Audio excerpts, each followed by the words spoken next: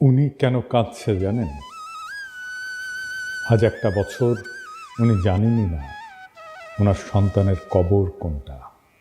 গত বছর 18ই জুলাই ওনার ছেলে মোহাম্মদ সোহেল রানা আন্দোলনে যে নিখোঁজ হন।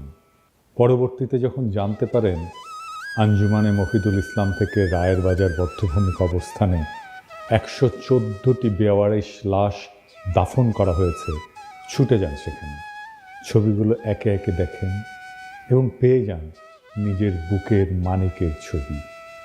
কিন্তু জানেনই না সেই অজানা 114 কবরের মাঝে কোনটা তার সন্তানের। বিগত 1 বছর এই সব পরিবারের জন্য কি করেছেন বাংলাদেশের অন্তর্বর্তীকালীন সরকার? কেন 1 বছরেও এই সকল কবর চিহ্নিত করলেন না আপনারা? প্রফেসর ইউনূস, আপনার লজ্জা লাগে না? আপনার সময় হয় একবার না দুইবার সোহেল তাজ আর তার পরিবারের সাথে দেখা করার, কিন্তু আপনার সময় হয় না শহীদদের কবর আইডেন্টিফাই করার মতো রিসোর্স মোবিলাইজ করার। শতাধিক কবরের কোনটা কার কবর এটা আইডেন্টিফাই করা কি খুব জটিল কাজ? তারপরেও এটা পারেন না আপনারা, অথচ পুরো রাষ্ট্রটাই তার সব রিসোর্স আপনাদের দিয়ে রাখা হয়েছে। এই মায়ের অভিশাপ আপনাদের উপরে পড়ুক, আপনাদের উপরে, আপনাদের অথর্ব উপদেষ্টা মণ্ডলীর উপরে খোদার লানত পড়ুক।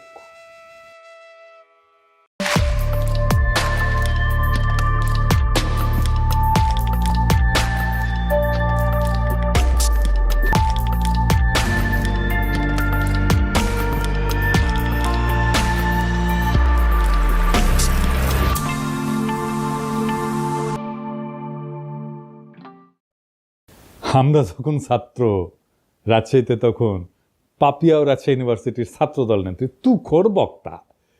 পাপিয়া তখন ক্রেজ আর কি, পাপিয়া আসবে বক্তৃতা দিবে, শুনলে পাবলিক ঝাইপে পড়ে।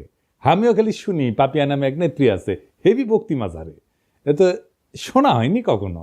তো এর মধ্যে পলিটেকনিকে ইলেকশন হবে, আমি কাজ করতেছি দিন রাত, এটি আমাদের ক্যান্ডিডেট আছে, ভালো ক্যান্ডিডেট জিতবে আমরা জানি। হেভি গরম পড়িছে, রাজশাহীর গরম তো জানেন, চান্দি ফাটানো গরম। তো পাপিয়া আসিছে প্যানেল পরিচিতি অনুষ্ঠানে, গরমে ত্রাহি ত্রাহি অবস্থা। তো পাপিয়া বক্তৃতা দিতেছে ওই প্যানেল পরিচিতি, ছাত্রদল এই নির্বাচনে জিতবে, সেদিন ওরা যে কান্না করবে, সেই কান্নার পানিতে যে বন্যা হবে, সেই বন্যার পানিতে আমরা সাঁতার কেটে কেটে উল্লাস করব। ওই যে গরম, ওই গরমের চাইতেও বেশি গরম নিয়ে আমরা বিজয়ী হব। এর মানে কি? সেই দিন বাগে খেয়েছে, তারপরে 36টা বসন্ত পার হয়ে গেছে, তাও গরমের চাইতে বেশি গরম, এই কথার মানে বুঝি নাই। আপনারা বুঝিছেন? হ্যাঁ, বুঝেন নাই? এই জন্যই কবি পুলক বন্দ্যোপাধ্যায় লিখেছিল, তুমি কি যে বলো বুঝি না, তোমার মুখের পানে চাহিলে আমি কিছু শুনি না। তুমি কি যে বলো বুঝি না। আল্লাহর কি অসীম কুদরত। কিছুদিন আগে এই গরমের উপরে থাকা কথাটার মানে বুঝেছি। এটা নাটকের ক্লিপ দেখে আপনারাও শুনেন। এই যে এটা আমার চেহারা ছবি মাশাআল্লাহ ভালো। তো যাই হোক, ক্যাবলা কোন দিকে? ক্যাবলা কি? আরে পশ্চিম। এইদিকে। এইরকম টেলিভিশন দেখি না, টেলিভিশনটা একটু ছাড়ো তো। এটা টেলিভিশন না। তাহলে এটা কি? এটা জানার আপনার দরকার নাই, গরম লাগলে খবর দিয়েন। আমি তো গরমের উপরে সব সময় আছি। হ্যাঁ, পাপিয়া এখনো গরমের উপরেই আছে, বুঝছাও? তো ইলেকশনে ছাত্রদল জিতে নাই, ছাত্র ইউনিয়ন জিতেছিল। তো ভিপি সহ কয়েকটা আসনে। এখন কইতে পারেন এই হারমোনিয়াম পার্টি ছাত্র ইউনিয়নে আবার জিতেছিল ভিপি ইলেকশনে। ওই সময় মানে 90-এর ছাত্র ইউনিয়ন আলাদা ছিল। ওই সময় রাজশাহী কলেজে ছাত্র ইউনিয়নের ভিপি, পলিটেকনিকে ছাত্র ইউনিয়নের ভিপি, বিআইটিতে ছাত্র ইউনিয়নের জিএস, আর রাজশাহী মেডিকেল কলেজের ছাত্র ইউনিয়নের জিএস তো আমি ছিলাম। তো যাই হোক, পাপিয়া আবার বিএনপি হারানোর কোশিশ করিচ্ছে। দেখেন প্রবাসীদের ভোট নিয়ে কি বলে। থেকে এসে কেউ যদি মেম্বার হয় সেটাকেই মানতে চায় না। আবার প্রবাসী ভোটাররা রেমিটেন্স দেয়, তো তাদের পরিবারের জন্য তারা টাকা পাঠায়, তাদের পরিবার ভিটামাটি বিক্রি করে ছেলেকে বিদেশ পাঠায়। তো সে তার দায়িত্ব আছে তার পরিবারকে টাকা পাঠানোর। তার জন্য বাংলাদেশের রাজনীতিতে অংশ দিতে হবে, ভোটার বানাতে হবে। কে বলছে? বাংলাদেশের সুখ দুঃখ একটা নিরাপদ জায়গা থেকে তারা প্রতিবাদ করে। আমাদের মতো রংপানি থেকে, রিমান্ড থেকে, লোহার রড থেকে থেতলা করা, আর পুলিশ পিটানি, আর দিনের পর দিন 40 দিন 50 দিন থানা ও থানা করে বেঞ্চের উপর বসায় রেখে রিমান্ড কার্যকর করা, এগুলো কি প্রবাসী ভোটাররা কখনো তারা কি ভুক্তভোগী? তো ভুক্তভোগী না তো ভোটার ভুক্তভোগী হতে যাবে কেন? ভোটের অংশ তার হতে যাবে কেন? এগুলো মাঠ থেকে কি সুপারিশ আসে এটা আগে বুঝতে হবে। বিএনপির রিজভি ভাই কইছিলেন আওয়ামী লীগে কি একটা ভদ্রলোক নাই, কিন্তু রিজভি ভাই এরকম মূর্খ আর উন্মাদকে কেন দলে রাখিছেন? ও তো রাজনীতির কিছুই বুঝে না। ওর মাথাত কেউ ঢুকেছে প্রবাসীরা বিএনপি ভোট দিবে না, আর ওই সারিন্দা বাজানো শুরু করেছে প্রবাসীদের ভোটই দিবার দিবি না, যাতে যেন বিএনপি জিতে। প্রবাসীরা জেল জুলুম সহ্য করে না, তাই ভোট দিবার পারবে না। হ্যাঁ, ওই এখনো গরমের মধ্যে আছে। আমাক কয় সকলে, দাদা ও কিছু কবেন না। কি আর কমু, ওর মাথার স্কুপ কুটি খুলে পড়েছে, ওটা খুঁজে দেয় না, না ওটা খুঁজে দেওয়া লাগবে, তাহলে ঠিক হয়ে যাবে সব। বেশি গরম পড়েছে বোধ হয়। তো এর মধ্যে হয়েছে কি, চট্টগ্রামের বাঁশখালী ওই এক এনসিপির সংগঠনকে মাইরে একেবারে ফাইটে ফেলিছে বিএনপি, যে দেখেন নাম। তো এনসিপির নাসির পাটোয়ারি ও আবার নাকি বারবি বারবি কয়, তোর বক্তব্যের জবাব সালাউদ্দিন দিছে ওই হাত তুলে, গায়ে হাত তুলে মাইরে পিঠে। আমরা কিছু কইছিলাম, আমার ওই জুতা মারিছিল না লোকজন, ওই মারিছে। এবার আমরা গেল মারবি কলে সালাউদ্দিনের লোকজন।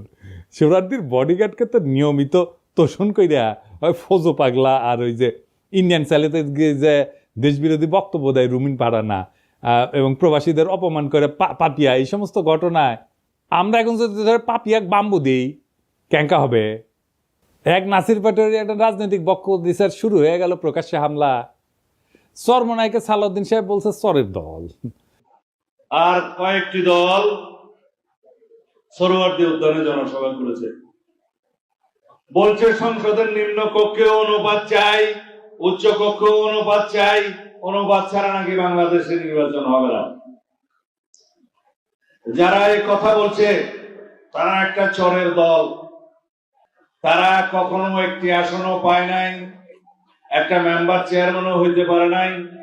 শেষ পর্যন্ত একটা সিটি কর্পোরেশনের নির্বাচনে আওয়ামী লীগের অধীনে নির্বাচনে গেছে, সেই নির্বাচন আমরা বর্জন করেছিলাম, সেখানে একটা দন্তম বা আরক শহীদ হয়ে গিয়েছে। যুদ্ধ ছাত্রদের মুতে ভাসিয়ে দিতে চাইছিল। এগুলো কি?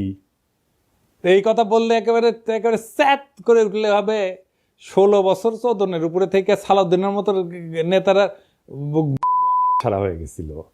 কক্সবাজারের নাকে খদ দিয়া বদিয়ার বাইটটা জাফরের ভয়ে রাজনীতি করিছে, ওগুলো জানি না আমরা।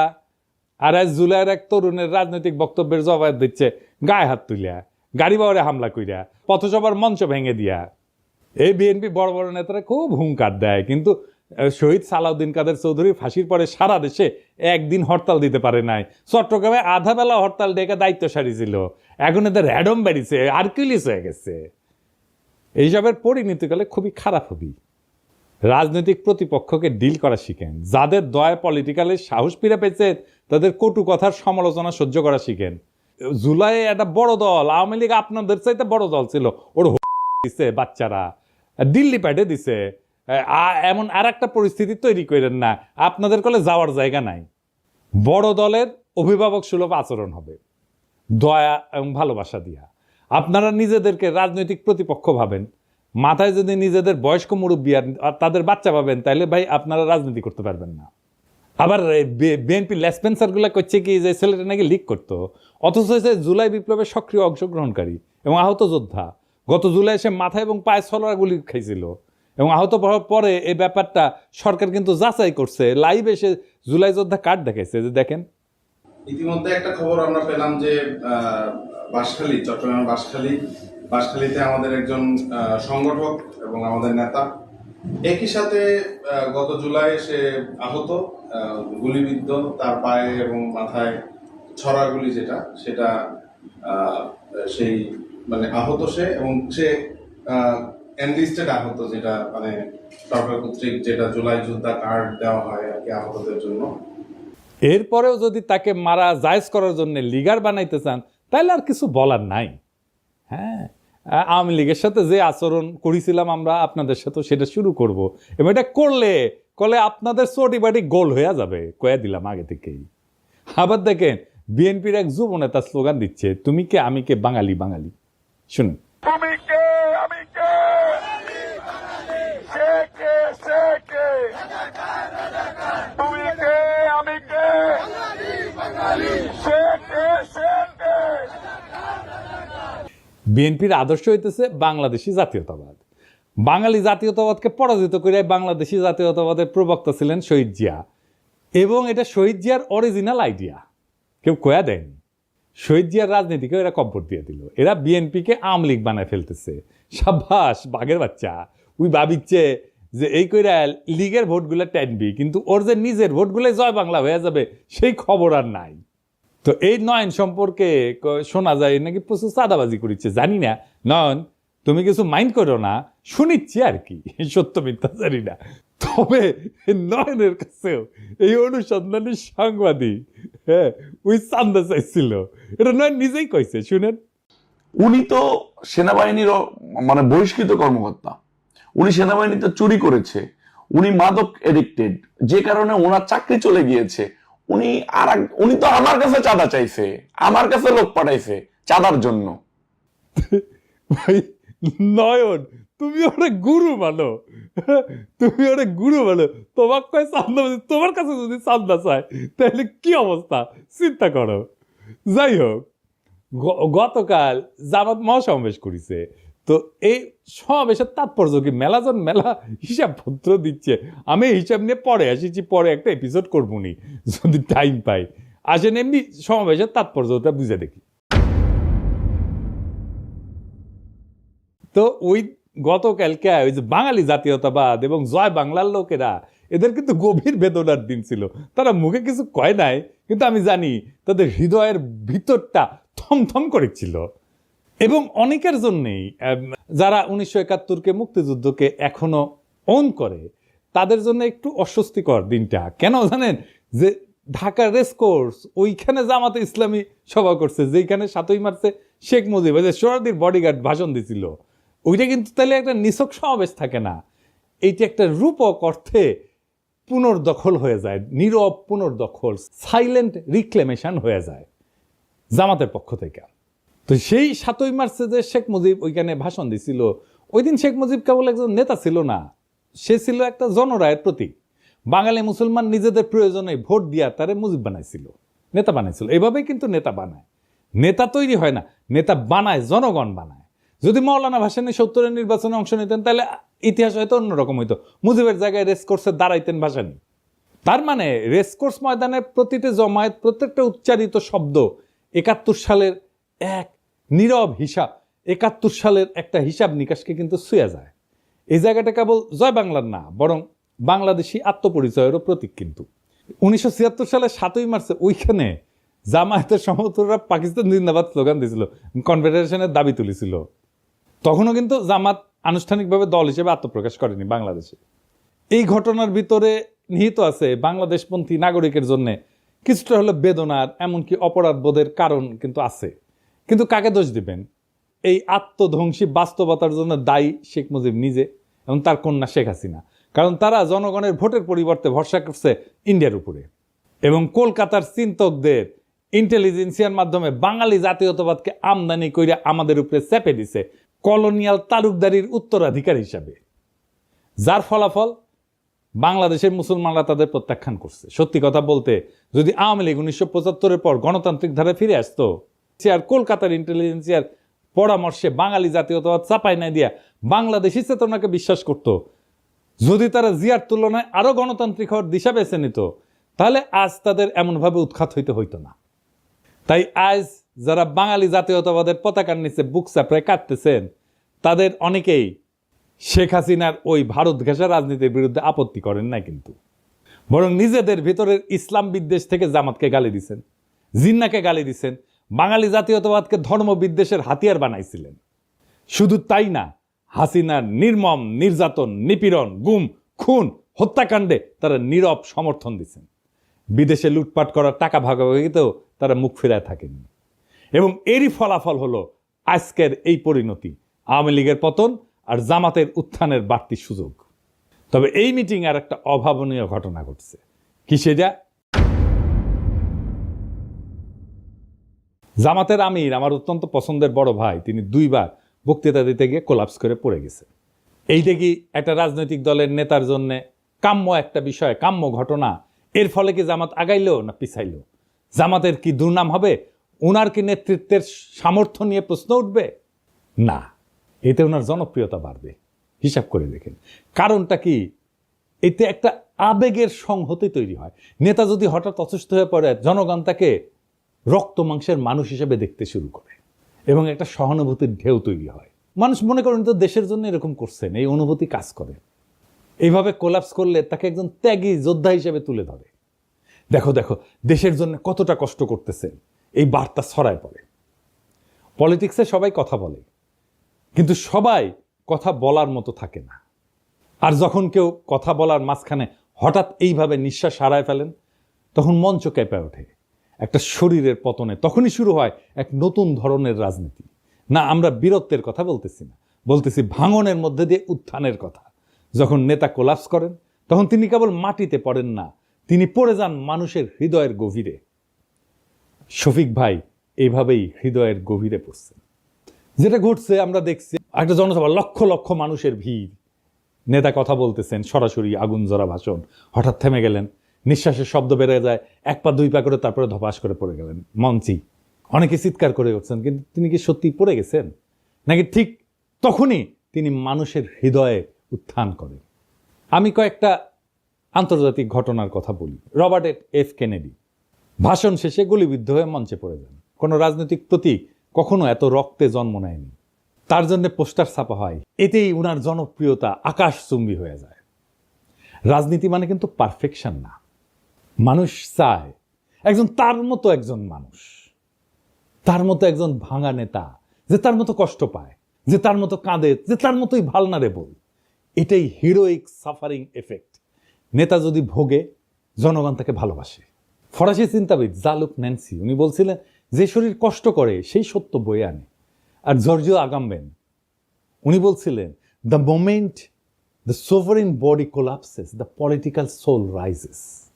তাহলে প্রশ্ন দাঁড়ায়, নেতা যখন পড়ে যায় তখন কি উঠে আসে? উঠে আসে ক্ষমতার নতুন ভাষা। ভাঙন থেকে উঠে আসে এক নতুন প্রতীক, যেখানে নেতা আর কেবল মানুষ না, তিনি হয়ে ওঠেন সিনেমার মতো সাহসের স্থাপত্য, বীরত্বের প্রতীক, আস্থার জায়গা, ভরসার জায়গা, এবং মানুষ কানেক্ট করতে পারে তার সাথে। নেতৃত্ব সবসময় ভাষণের মধ্যে থাকে না, এইভাবে পতনের মধ্যেও থাকে। তাই এটা সিম্বলিক ব্রেকডাউন। ফরাসি দার্শনিক রোলা বার্ট বলছিলেন যে মৃত্যুর কাছাকাছি যাওয়ার প্রত্যেকটা মুহূর্তই একটা রাজনৈতিক পুনর্জন্মের আভাস দেয়। নেতা যখন কোলাপস করে, তখন মানুষ বোঝে এই লোক নিজের চেয়েও বড় কিছুতে বিশ্বাস করে। আর এখানেই আসে এক গভীর থিওরি, যেটা আগে বলছি, হিরোইক সাফারিং এফেক্ট। নেতা যখন কষ্টে পড়ে, তার প্রতি সহানুভূতি বাড়ে, আর সহানুভূতির সাথে আসে বিশ্বাস। বিশ্বাস থেকে তৈরি হয় কারিশমা। জার্মান সমাজবিজ্ঞানী ম্যাক্স ওয়েবার বলছিলেন, কারিশমা হচ্ছে এক ধরনের ঐশ্বরিক বা অতিপ্রাকৃত বৈধতা, যা দুর্দিনে প্রকাশ পায়। নেতার শরীর যখন হার মানে, মন তখন কথা বলে, আর মনই তখন জনগণের সাথে একাত্ম হয়ে যায়। সুতরাং নেতা যখন তার ভাষণের মঞ্চে পইরা যান, তখন আমরা যদি দুঃখ করি, তাহলে কিন্তু আমরা ঘটনাটা বুঝি না। আর যদি ভাবি উনি দুর্বল হয়ে পড়ছেন, তাও ভুল। কারণ নেতা আসলে তখনই সবচেয়ে শক্তিশালী হয়ে ওঠেন, তখন তার শরীর চিত হয়ে পড়ে থাকে আর জনগণের মন তার দিকে ঝুঁকে পড়ে। রাজনীতি কেবল শব্দের খেলা না, এটা কখনো কখনো শরীর ভাঙার বিনিময়ে মন জয়ের কাহিনী। শফিক ভাই মানুষের মন জয় করে ফেলছেন। উনি মন জয় করার মতোই মানুষ, একজন অত্যন্ত উঁচু মনের মানুষ, একজন অত্যন্ত ক্যাপাবল লিডার। শফিক ভাই দ্রুত আরোগ্য লাভ করেন, আবার রাজনীতির মঞ্চে ফিরে আসেন। আমাদের অনেক কাজ করতে হবে একসাথে, সেই কাজে শফিক ভাইকে দরকার, শফিক ভাইয়ের মতো নেতা দরকার, শফিক ভাইয়ের মতো মুরব্বী দরকার। আমরা চাই আমাদের নেতা আমাদের মতোই হোক, আমাদের মতোই রক্ত মাংসের মানুষ হোক, আমাদের মতোই দুঃখ পাক, আমাদের মতোই কষ্ট পাক, আমাদের মতোই কান্না করুক, আমাদের মতোই ভালনারেবল হোক। আমাদের রাজনীতিতে সেই রকম নেতা সবাই হয়ে ওঠেন। আমরা সেই কামনা করলাম, সেই নেতারাই আগামীর বাংলাদেশ নির্মাণ করতে পারবে। সেই দিনের অপেক্ষায় আমরা থাকলাম। আমরা সেই দিন একসাথে আবার সেই বিপ্লবকে পুনর্নির্মাণ করব, আবার সেই বিপ্লবের স্বপ্নে আমরা নতুন বাংলাদেশ গড়ে তুলব। ইনকিলাব জিন্দাবাদ।